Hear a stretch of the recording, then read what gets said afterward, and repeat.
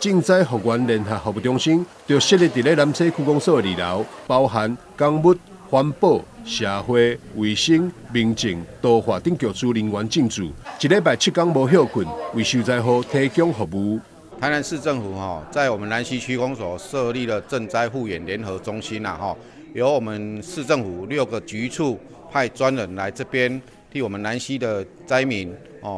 进行服务。那时间是从今天3月5号到3月20号，那假日也没有休息，每天上午的9点到12点，下午的1点到4点。欢迎各位乡亲，如果对于这一次灾害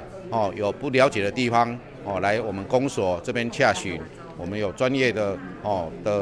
承办会跟各位说明。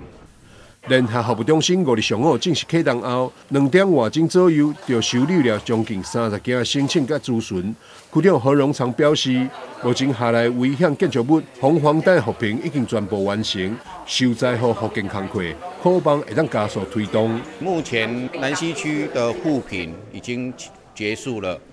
那灾民最主要关心的就是那个复平之后的一些房屋的修缮的问题，以及红黄单后续的解列的问题，还有房屋租金补贴的问题。那今天上午大约有30余件，那主要的问题都是集中在这一方面。